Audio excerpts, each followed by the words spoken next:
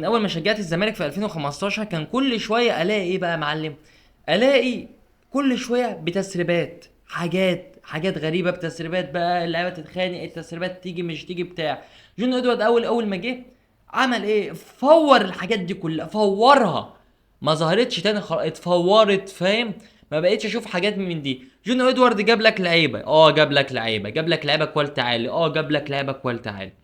جون ادوارد الحاجه الوحيده بس المدرب، مفيش مدرب، انت فاهم؟ لكن هو هيعمل ايه؟